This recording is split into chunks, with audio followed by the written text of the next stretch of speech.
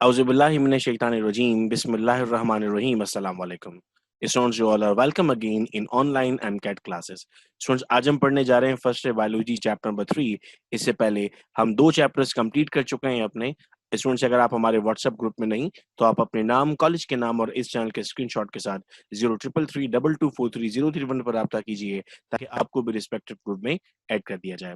Students, आज के इस वीडियो लेक्चर में हम डिस्कस करने जा रहे हैं एंजाइम की definition, mode of action of enzyme, characteristics of enzyme, types of enzyme, its classification and factors affecting enzyme activity। आज हम ये कंप्लीट चैप्टर पढ़ेंगे और साथ साथ ये भी डिस्कस करते रहेंगे कि हमें फाइनल पेपर में यानी एनटीएस के एग्जाम में एमसीक्यूज किस तरह से पूछे जाते हैं। सबसे पहले बेटे अगर हम एंजाइम को डिफाइन करते हैं तो हम कहते हैं enzymes are biocatalyst which increase the rate of reaction by decreasing the energy of activation। अगर इस डेफिनेशन को मैं यहाँ पर आपको समझाने की कोशिश करता हूँ कि what actually energy of activation is, तो मैं आपके सामने एग्जाम्पल के तौर पे ये ड्रॉ करता हूँ यहाँ पर कि लेट सपोज हम कहते हैं कि हमारे पास ये बेटा एक सरफेस है इस तरह से और आपको एक बॉल इस सरफेस से यहाँ तक पहुंचाना है। जब आप इसको यहाँ से यहाँ तक पहुंचा रहे होंगे धक्का देकर तो आपको यहाँ पर ज्यादा फोर्स लगानी पड़ेगी और फिर फोर्स लगाने के बाद आप फाइनली यहाँ तक पहुंच जाएंगे। ये आपके पास केस ए है, ठीक है। अब लेट सपोज मैं आपसे कहता हूँ एक केस बी है हमारे पास जिसमें आपको इस सरफेस से बॉल एक जगह से दूसरी जगह पहुंचानी है। यहाँ पर भी एक बॉल मौजूद है। अब हम कहते हैं कि सर यहाँ से जब हम पहुंचाएंगे तो हमें कुछ फोर्स लगानी पड़ेगी। अगर मैं आपसे सवाल पूछता कि ए में और बी में कहाँ ज्यादा फोर्स लगानी पड़ी तो आपका जवाब होता सर ए में हमें ज्यादा फोर्स लगानी पड़ी और बी में हमें कम फोर्स लगानी पड़ी। तो मैं ये कह सकता हूँ कि जो हर्डल है यहाँ पर ये एनर्जी ऑफ एक्टिवेशन है। जितनी ज्यादा आपके पास एनर्जी ऑफ एक्टिवेशन होगी उतनी ज्यादा आपको फोर्स लगानी पड़ेगी रिएक्शन को कंप्लीट करने में। जितनी कम आपके पास एनर्जी ऑफ एक्टिवेशन होगी उतनी कम फोर्स लगानी पड़ेगी। तो एंजाइम क्या करता है सर, एंजाइम इस एनर्जी ऑफ एक्टिवेशन को कम कर देता है ताकि रिएक्शन तेज हो जाए। हमने बायोकैटलिस्ट इसलिए कहा चूंकि ह्यूमन बॉडी में हम इसका इस्तेमाल कर रहे थे। उम्मीद करता हूँ बेटे कि आप लोगों को ये बात यहाँ पर समझ में आ गई। इसके बाद बेटे हम आगे बढ़ते हैं, अब एंजाइम की नेक्स्ट फर्दर टॉपिक्स को डिस्कस करते हैं। तो हम कहते हैं mostly enzymes are proteinous in nature where some are nucleic acids in nature and known as ribosomes। Students, आपकी किताब के ही इंपॉर्टेंट पॉइंट्स को लिखा गया और जैसे जैसे चैप्टर्स आगे बढ़ते जाएंगे इंशाल्लाह की पॉइंट्स भी आपको मिलते जाएंगे ताकि आप इसे अपने पास सेफ रखेंगे आइंदा पढ़ने के लिए। हम कहते हैं एंजाइम्स क्या है, एंजाइम प्रोटीनस इन नेचर्स हैं। इनमें से कुछ न्यूक्लिक एसिड के बने हुए होते हैं और हम उन्हें नाम दे रहे होते हैं राइबोजाइम्स का। The minimum quantity of energy which is required to start a specific biochemical reaction is called as energy of activation। और हम मतलब जान चुके हैं एनर्जी ऑफ एक्टिवेशन का थोड़ी देर पहले। अब हम कहते हैं what are the characteristics of enzyme. ये जरूर पूछे जाते हैं इम्तिहान में, तो उसी अंदाज में लिखें बेटा हमने यहाँ पर the enzyme which act in the same cell where they have produced referred as a intracellular or endozymes। वो एंजाइम्स जो उसी सेल पर काम करते हैं जहां बने गए थे तो उन्हें हम क्या नाम देते हैं सर, इंट्रासेलुलर नाम देते हैं या फिर एंडोजाइम्स का नाम देते हैं। अब ये ऑटोमेटिकली हमें समझ में आ गया कि वो एंजाइम जो किसी और पर जाकर यानी बाहर जाकर अपना इफेक्ट प्रोड्यूस करते हैं तो उन्हें हम क्या नाम दे देंगे, उन्हें हम एक्स्ट्रा सेलुलर या फिर एक्सोएंजाइम का नाम दे देंगे। These are macromolecules। मैक्रो का मतलब होता है बड़ा। Enzymes are globular protein with high molecular weights। They are required in very small quantity। They are thermorabile। Thermorabile का मतलब होता है टेम्परेचर सेंसिटिव है। अगर टेम्परेचर बढ़ेगा या टेम्परेचर कम होगा तो एंजाइम की एक्टिविटी डिक्रीज होगी।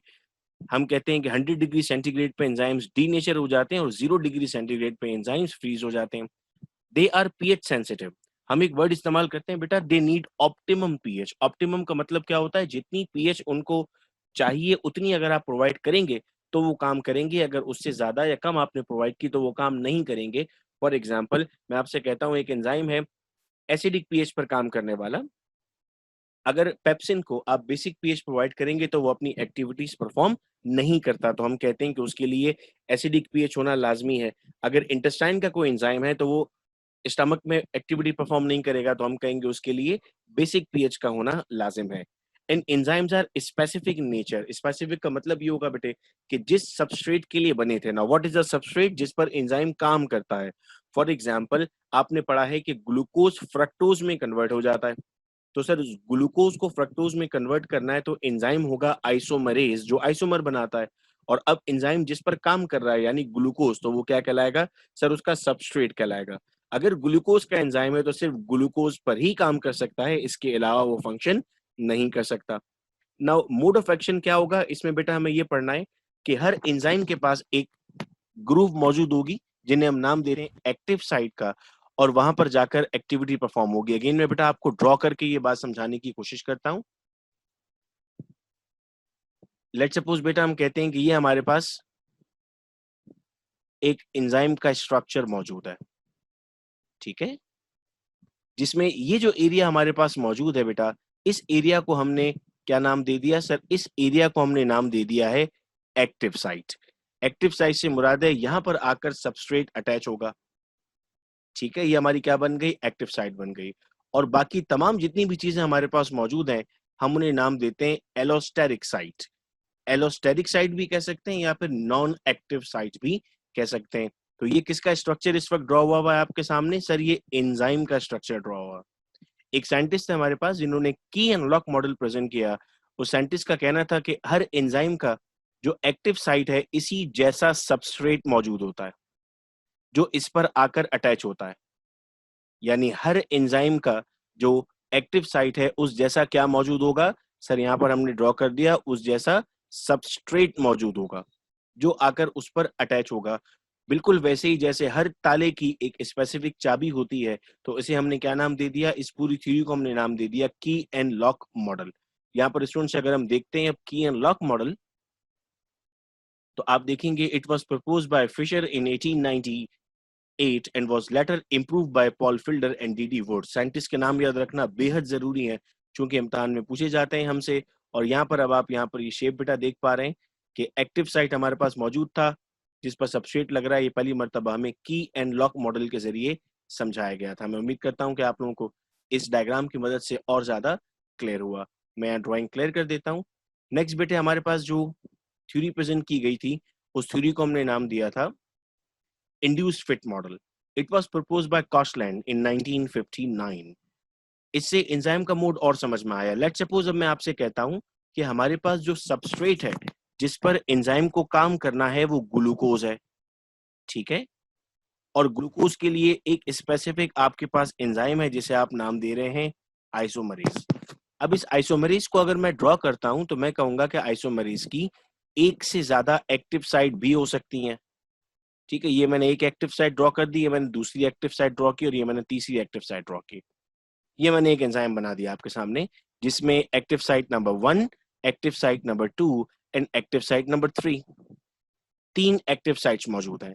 यहाँ भी सबस्ट्रेट लग सकता है, यहाँ भी लग सकता है और यहाँ भी लग सकता है, एक वक्त में एक जगह पर लगता है। हम कहते हैं यहाँ पर क्या चीज आके लग गई सर, यहाँ पर ग्लूकोज आके लग गया, चूंकि ग्लूकोज हमारे पास यहाँ पर क्या था, इसका सबस्ट्रेट था। अब जैसी ग्लूकोज यहाँ पर लगा इसने रिएक्शन शुरू कर दिया। सर यहाँ भी ग्लूकोज और भी है ना, ग्लूकोज तो बॉडी में एक से ज्यादा ग्लूकोज होते हैं, ग्लूकोज यहाँ भी लग सकता है और ग्लूकोज यहाँ भी लग सकता है। अब मसला यह है कि अगर ग्लूकोज यहाँ पर लग जाता है और यहाँ पर लग जाता है तो एक्टिविटी डिक्रीज होना स्टार्ट होगी। तो जब सबस्ट्रेट और एंजाइम आपस में मिलते हैं तो एक कॉम्प्लेक्स बनता है जिसे हम नाम देते हैं एंजाइम सबस्ट्रेट कॉम्प्लेक्स। इस एंजाइम सबस्ट्रेट कॉम्प्लेक्स के बाद एक्टिव साइट्स की शेप चेंज हो जाती है, एंजाइम का मॉलिक्यूल तब्दील हो जाता है और मॉलिक्यूल तब्दील होने के बाद जब रिएक्शन खत्म हो जाता है तो हम कहते हैं दोबारा अपनी वैसी पोजीशन पर आ जाएगा। जैसे इस वक्त मैं आपको फर्स्ट ईयर बायोलॉजी पढ़ा रहा हूँ, फर्स्ट ईयर केमिस्ट्री भी पढ़ाता हूँ स्टूडेंट्स को, मैं फर्स्ट ईयर फिजिक्स भी पढ़ाता हूँ स्टूडेंट्स को, सेकेंड ईयर की क्लास भी लेता हूँ। अभी मैंने क्या किया हुआ है, अभी मैंने यूं समझ लीजिए कि अपना रूम लॉक कर दिया ताकि कोई और स्टूडेंट मुझसे आकर कोई सवाल ना पूछे और मैं आपको कंसंट्रेशन के साथ पढ़ा सकूं। बिल्कुल वैसे ही एंजाइम भी अपने बाकी दरवाजे बंद कर देता है ताकि जो सबस्ट्रेट उसके साथ अटैच है वो आसानी के साथ उससे रिएक्शन कर सके। मैं उम्मीद करता हूं कि हमें इंड्यूस्ड फिट मॉडल भी अब समझ में आया। नेक्स्ट चीज बेटा कुछ याद रखने की आपको कि एंजाइम सिंपल भी हो सकता है और कॉन्जुगेट भी हो सकता है। कॉन्जुगेट से मुराद था एक से ज्यादा चीजें उसमें आकर अटैच भी हो सकती हैं। यूलर वाज अ साइंटिस्ट जिन्होंने 1932 में कंजुगेटेड एंजाइम्स के बारे में बताया और टोटल टर्म को नाम दे दिया बेटा हॉलो एंजाइम। इसके दो पार्ट्स हमने बना दिए, एक को हमने नाम दिया एपो एंजाइम और एक को हमने नाम दिया प्रोस्टैटिक ग्रुप। एपो एंजाइम क्या होगा, प्रोटीन पार्ट होगा, और प्रोस्टैटिक ग्रुप क्या होगा, नॉन प्रोटीन पार्ट होगा।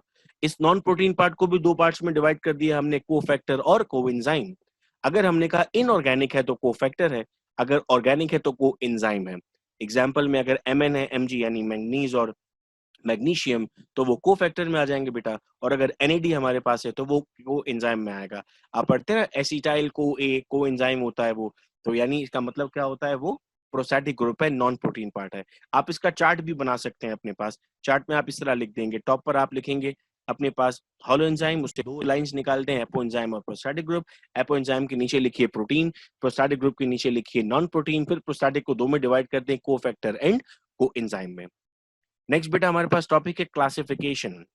ये पहले हमारे सिलेबस में मौजूद था सिंटेक्स बुक बोर्ड के, अब सिलेबस से निकाल दिया गया, लेकिन ये बाकी सिलेबस में मौजूद है, तो कभी कभी इससे भी एग्जाम में पेपर आ रहे होते हैं। मैं हमेशा आपसे कहता हूँ कि हमारा सिलेबस तब्दील नहीं हुआ, चैप्टर्स डिफरेंट है। सिंध बोर्ड में ये सेकेंड ईयर केमिस्ट्री में मौजूद है, टॉपिक्स बिल्कुल एग्जैक्टली वही है, इसीलिए हम एक साथ पढ़ रहे होते हैं। आप जो भी ये वीडियो देख रहे हैं, चाहे किसी भी प्रोविंस ऑफ पाकिस्तान से बिलोंग करते हैं, ये आपके सिलेबस ही की वीडियो और आपके इसी में से MCQs आपको पूछे जाते हैं। हमने एंजाइम्स को बेटा 6 क्लासेस में डिवाइड किया हुआ है, ऑक्सीडोरिडक्टेज, ट्रांसफरेज, हाइड्रोलेज, आइसोमरेज, लियाजेज और लाइगेजेस। ऑक्सीडोरिडक्टेज क्या करता है सर, ऑक्सीडेशन रिडक्शन जब हो रही होती है, फॉर एग्जांपल रेस्पिरेशन। ट्रांसफरेज क्या करता है सर, किसी भी ग्रुप को ट्रांसफर करने में मदद करता है।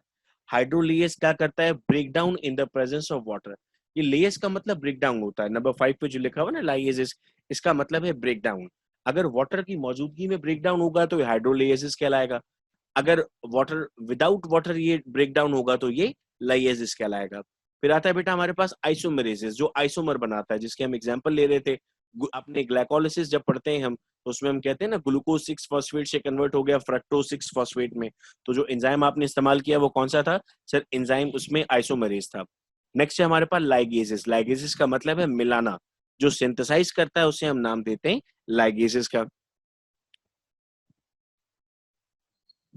अब स्टूडेंट हमारे पास लास्ट टॉपिक आ गया, factors affecting enzymatic activity. Mostly the rate of reaction is directly proportional to the concentration of substrate. जितने ज्यादा स्टूडेंट सबस्ट्रेट होंगे उतना ज्यादा आपका रेट ऑफ रिएक्शन होगा। Most of the enzyme have its optimum temperature 37। अगर 37 डिग्री सेंटीग्रेड मिलेगा तो वो प्रॉपर फंक्शन कर रहे होंगे, अगर 37 से टेम्परेचर चेंज होगा तो इनकी फंक्शनिंग भी चेंज हो जाएगी। Each enzyme has its specific value for optimum pH. Acidic pH पर काम करने वाले सिर्फ एसिडिक pH पर काम करेंगे, बेसिक pH पर काम करने वाले सिर्फ बेसिक pH पर काम करेंगे।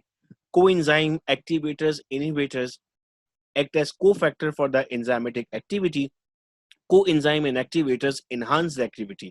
हमने अक्सर सुना है ना क्लास में टीचर के को टीचर्स होते हैं, को असिस्टेंट्स होते हैं, लैब में हमारे असिस्टेंट्स होते हैं टीचर के, जो क्या करते हैं टीचर को फैसिलिटेट करते हैं। तो को एंजाइम भी क्या करेगा सर, एंजाइम को फैसिलिटेट करेगा।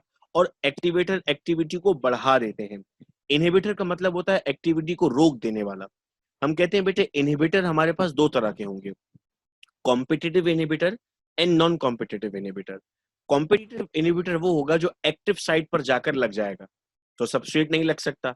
नॉन कॉम्पिटिटिव इनहिबिटर कौन होगा, जो लगेगा तो एलोस्टेरिक साइट पर, लेकिन एक्टिव साइट की शेप तब्दील कर देगा। तो हमने तो कहा था कि एक्टिव साइट सबस्ट्रेट जैसा होता है, जब शेप तब्दील हो जाएगी तो इसका मतलब क्या होगा, वहां पर आके कुछ भी अटैचमेंट नहीं हो सकेगी। अगर हमें इम्तिहान में सवाल पूछ लिया जाए कि कॉम्पिटिटिव इनहिबिटर ज्यादा डेंजरस होगा या नॉन कॉम्पिटिटिव इनहिबिटर ज्यादा डेंजरस होगा, तो क्या जवाब लिखेंगे? अब जवाब अपनी कॉपी में लिखते हैं और मैं आपको भी समझाता हूँ बेटा इसको। अब मैं आपसे कहता हूं कि स्कूल में एक चेयर है जहां पर आपको बैठना है। अगर किसी दिन आप बैठने गए और आपसे पहले कोई बैठा हुआ था वहां पर, तो अब आप उस सीट पर नहीं बैठ सकते, तो वो कौन है आपके लिए, वो है तो इनहिबिटर। कैसा इनहिबिटर है, आप उसको देख सकते हैं, आप उससे बात कर सकते हैं, तो आप उसे कहेंगे कॉम्पिटिटिव इनहिबिटर। लेकिन अब अगर मैं आपसे कहता हूं कि आप किसी दिन स्कूल गए, अब चेयर पर कोई भी नहीं बैठा हुआ लेकिन च्युइंगम रखा हुआ है, अब आप बैठ तो नहीं सकते, कपड़े गंदे हो जाएंगे। अब आपका जो कॉम्पिटिटर था वो आपको नजर नहीं आ रहा, अब ये हरकत किसने की थी आपको नहीं मालूम, ऐसे आप नाम देंगे नॉन कॉम्पिटिटिव। कौन सा खतरनाक होगा सर, जो नजर आ रहा है उससे बात की जा सकती है, उसको उठाया जा सकता है, उससे लड़ा जा सकता है, उससे मामला तय किए जा सकते हैं, लेकिन जो नजर नहीं आ रहा वो मेरे ख्याल से ज्यादा डेंजरस है। तो अगर एग्जाम में सवाल पूछा गया कॉम्पिटिटिव इनहिबिटर या नॉन कॉम्पिटिटिव इनहिबिटर में डेंजरस कौन होगा, तो हमारा सही जवाब होगा सर नॉन कॉम्पिटिटिव इनहिबिटर्स हमारे पास ज्यादा डेंजरस हैं। स्टूडेंट्स, यहाँ आकर ये चैप्टर कंप्लीट हुआ। मैं उम्मीद करता हूँ कि हमें तमाम चीजें बड़े इत्मीनान के साथ समझ में आई थी। इंशाल्लाह नेक्स्ट वीडियो लेक्चर में हम chapter number 4 the cell start करेंगे। इस वीडियो लेक्चर को अपने फ्रेंड्स के साथ जरूर शेयर कीजिएगा ताकि वो अपनी घर बैठे एमकेट की तैयारी कर सकें। बहुत शुक्रिया इस वीडियो लेक्चर को सुनने का। अपना बहुत ख्याल रखिएगा आप सब लोग। अल्लाह हाफिज।